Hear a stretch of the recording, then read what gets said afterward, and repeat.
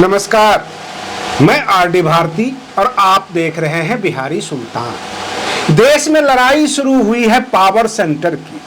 किसके पास कितना पावर, यानी सुप्रीम कोर्ट बड़ा या राष्ट्रपति। ये सवाल, ये बवाल कैसे बन गया। हमारे देश के उपराष्ट्रपति जगदीप धनखड़ जी ने न्यायपालिका को सटअप कर दिया और धमकाया है। उन्होंने कहा कि आर्टिकल 142 यानी संविधान का अनुच्छेद 142 को हथियार की तरह इस्तेमाल करते हैं, लाइक एज ए वेपन। उनके स्टेटमेंट अगर आप सुनेंगे, उन्होंने धमकाया है न्यायपालिका को। तो मैं आर्टिकल 142 के बारे में भी विशेष चर्चा करूंगा, देश के राष्ट्रपति और सर्वोच्च अदालत के बारे में चर्चा करूंगा, और सबसे बड़ी चर्चा यह है, यह चर्चा शुरू हुई वक्फ बिल के बाद, जो सर्वोच्च अदालत ने डिमांड किया है सरकार से। सरकार असमंजस की स्थिति में है।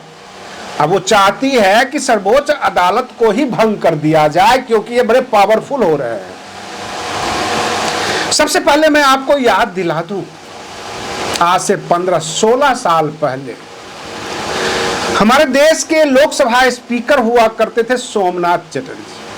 उन्होंने 6 सांसद को निलंबित कर दिया था और वे तभी सभी सांसद सर्वोच्च अदालत में जाके रिट फाइल कर दिया, याचिका दायर कर दी। और जब सर्वोच्च अदालत ने सोमनाथ चटर्जी जी को नोटिस किया, तो उन्होंने कहा कि सर्वोच्च अदालत में बैठे हुए न्यायाधीश को संविधान का ज्ञान होना चाहिए, क्योंकि आर्टिकल 121 और 122 दोनों में ये कंट्रोवर्सी यह है कि आर्टिकल 121 ये कहती है कि अगर न्यायपालिका किसी चीज को फैसला करेगी, किसी विषय को, तो जो विधायिका है उसमें हाथ नहीं घुसाएगी, उसमें हाथ नहीं डालेगी, उसको कोई मतलब नहीं। और जहां पर विधायिका कोई फैसला ले ली, यानी आर्टिकल 122 में, वहां पे न्यायपालिका कुछ नहीं करेगी। तो जाहिर सी बात है, न्यायपालिका और विधायिका को अलग अलग पावर दिए गए हैं। लेकिन वर्तमान में सवाल उठ जाता है कि राष्ट्रपति बड़े या सुप्रीम कोर्ट, तो इस पर कैसे विचार किया जाए। तो हम सबसे पहले आपको बता दें, राष्ट्रपति जी तीनों सेना के सर्वोच्च कमांडर होते हैं। यहां तक सर्वोच्च अदालत के जो न्यायाधीश हैं, उनकी नियुक्ति भी राष्ट्रपति जी के हाथ में होती है। और जब न्यायपालिका किसी को मृत्यु दंड दे देती है, तो उसमें भी क्षमादान यानी क्षमा याचिका राष्ट्रपति जी के ऊपर ही लगता है। राष्ट्रपति जी को जो ऑपरेट करता है सारा काम, वो गृह मंत्रालय करता है और राष्ट्रपति जी उस पर मुहर लगाते हैं। पिछले दिनों तमिलनाडु में बहुत सारी बातें हुई और सर्वोच्च अदालत ने एक फैसला दिया कि जो भी बिल जाता है राज्यपाल के पास या राष्ट्रपति जी के पास, 3 महीने के अंदर वो निपटारा करें। इसका मतलब है कि सर्वोच्च अदालत ने डायरेक्शन दिया है राष्ट्रपति जी को, राज्यपाल को। जबकि इससे पहले और संविधान में भी ऐसी कोई जगह नहीं है कि राष्ट्रपति जी के पास जब कोई बिल जाता है तो महीनों महीनों सालों तक पड़े हुए रहते हैं। सब कोई समय सीमा नहीं थी कि बिल के ऊपर जो है निपटारा कब तक होगा, जब उनकी इच्छा होगी तो करेंगे। ठीक उसी तरह सर्वोच्च अदालत हो अथवा कोई भी अदालत, जब फैसला पेंडिंग हो जाता है, फैसला रिजर्व कर लिया जाता है, तो कोई समय सीमा नहीं है कि आप कितने दिन के अंदर वो फैसला सुना देंगे। अब वक्फ बिल के मामले में भी ये मामला आ रहा है। सर्वोच्च अदालत डायरेक्शन दे रही है, सरकार को डायरेक्शन दे रही है। सरकार में बैठे हुए जितने भी मंत्री हैं, जो बड़े बड़े पावर पर बैठे हुए हैं, पावर सेंटर लेकर, उनको तकलीफ हो रही है कि सर्वोच्च अदालत डायरेक्शन देना शुरू कर दिया। तो संविधान के अनुच्छेद 32 में सर्वोच्च अदालत को यह अधिकार है, वो किसी को भी रिट इशू कर सकती है। जैसे आर्टिकल 226 यानी संविधान के अनुच्छेद 226 में हाईकोर्ट को पावर है, तो किसी को भी डायरेक्शन दे सकती है, किसी के खिलाफ भी याचिका की सुनवाई कर सकती है, डायरेक्शन दे सकती है। बहुत प्रकार के उसमें रिट फाइल किए जाते हैं। ठीक उसी प्रकार जो पावर 226 में हाई कोर्ट को है, वही पावर सर्वोच्च अदालत को आर्टिकल 32 में है।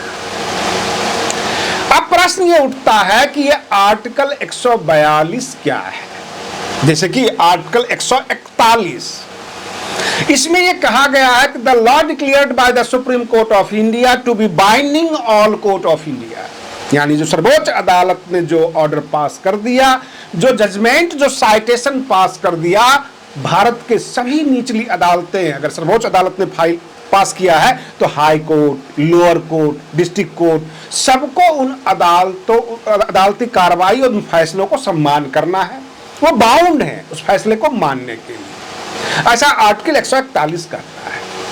आर्टिकल 142 में कहा गया है inherent power of the supreme court, यानी सुप्रीम कोर्ट अपने पावर का इस्तेमाल कर सकती है। जैसे सीआरपीसी की धारा 482 है, यानी 482, जिसमें कहा गया है inherent power of the high court, कोई भी फैसला ले सकती है। तो आर्टिकल 142 अब कहां इस्तेमाल किया गया है यह भी बता देते हैं। जब राम मंदिर का मसला चल रहा था सुप्रीम कोर्ट में, और जब कोई रास्ता नहीं मिला तो सुप्रीम कोर्ट ने आर्टिकल 142 का इस्तेमाल करते हुए हिंदू पक्ष के मामले में, यानी राम मंदिर के पक्ष में फैसला दे दिया, जहां पर अभी राम मंदिर अवस्थित है। आज इनको इस बात का डर है, संजीव खन्ना जो सीजेआई हैं, जो चीफ जस्टिस ऑफ इंडिया, कहीं वक्फ बिल के मामले में आर्टिकल 142 का प्रयोग ना कर दें, क्योंकि आर्टिकल 142 जो है inherent power of the supreme court है। इस बात से डरे हुए हैं। तो क्या ये जितने भी सांसद हैं, संसद को कहा गया है लॉ मेकर, वो कानून के निर्माता हैं, और जो जुडिशियरी यानी न्यायपालिका है वो लॉ को इंटरप्रेट करती है। सर्वोच्च अदालत में 7 जजेज बेंच, यानी P Ramachandra Rao versus state of Karnataka में यह कहा गया कि primary function of judiciary to interpret the law, यानी we are not a law maker. सीधे कह दिया सर्वोच्च अदालत ने कि हम लोग जो है लॉ को इंटरप्रेट करते हैं। अब ये धनखड़ साहब जो बीच में रख दिए सवाल कि राष्ट्रपति बड़ा या सुप्रीम कोर्ट, संसद बड़ी या सुप्रीम कोर्ट, तो सुप्रीम कोर्ट बनाए हुए कानून के ऊपर विचार करेगी, इंटरप्रेट करेगी, और संसद कानून बनाती है। इसमें बड़ा और छोटा कहीं से कोई नहीं है। लेकिन जो वाजिब सवाल होंगे, और यहां पर एक और प्रश्न आ जाता है कि राष्ट्रपति और सर्वोच्च अदालत तो आपने सुना दिया, कह दिया, संविधान बड़ा या राष्ट्रपति, संविधान बड़ा या सर्वोच्च अदालत, इस पे कोई बोल नहीं रहा है। और संविधान में जो लिखित बातें हैं उसी पर विचार कर रही है सर्वोच्च अदालत भी, उसी पे विचार करेंगे राष्ट्रपति भी। उधर बिहार में विधानसभा का चुनाव है अक्टूबर 2025 में। गठबंधन बन गया, आरजेडी कांग्रेस ने मीटिंग भी कर ली, यहां तक कि महागठबंधन के कोऑर्डिनेशन कमेटी के अध्यक्ष भी बना दिए गए तेजस्वी यादव। लेकिन अभी भी पेच फंसा हुआ है कि मुख्यमंत्री चेहरा कोई नहीं मानने को तैयार है तेजस्वी यादव जी को, और आरजेडी के तरफ से डॉक्टर कन्हैया कुमार और पप्पू यादव, इनके ऊपर ये जो बार बार हमले होते हैं, इनके बारे में जो आरजेडी के कार्यकर्ता हैं बहुत कुछ बोलते रहते हैं। तो ऐसी स्थिति में ऐसा लगता है कि कांग्रेस पार्टी अकेले चुनाव लड़ेगी, क्योंकि ये जाहिर सी बात है अगर कांग्रेस को मात्र 50 सीट मिलता है, हम आपको 70 सीट ही कह देते हैं, 70 के 70 तो कांग्रेस जीतेगी नहीं। जाहिर सी बात है कि 70 सीट अगर मिलेगा तो बहुत अच्छा स्कोर होगा, बहुत अच्छा स्कोर हो जाएगा, तो 40 से 45 सीट जीत जाएगी, 50 सीट जीत जाएगी। 50 से तो सरकार बनने से रही, तो उसमें भी आरजेडी के ज्यादा विधायक होंगे, और ये अंडरस्टूड है कि तेजस्वी यादव मुख्यमंत्री बनेंगे। फिर कांग्रेस मुख्यमंत्री चेहरा मानने को तैयार क्यों नहीं?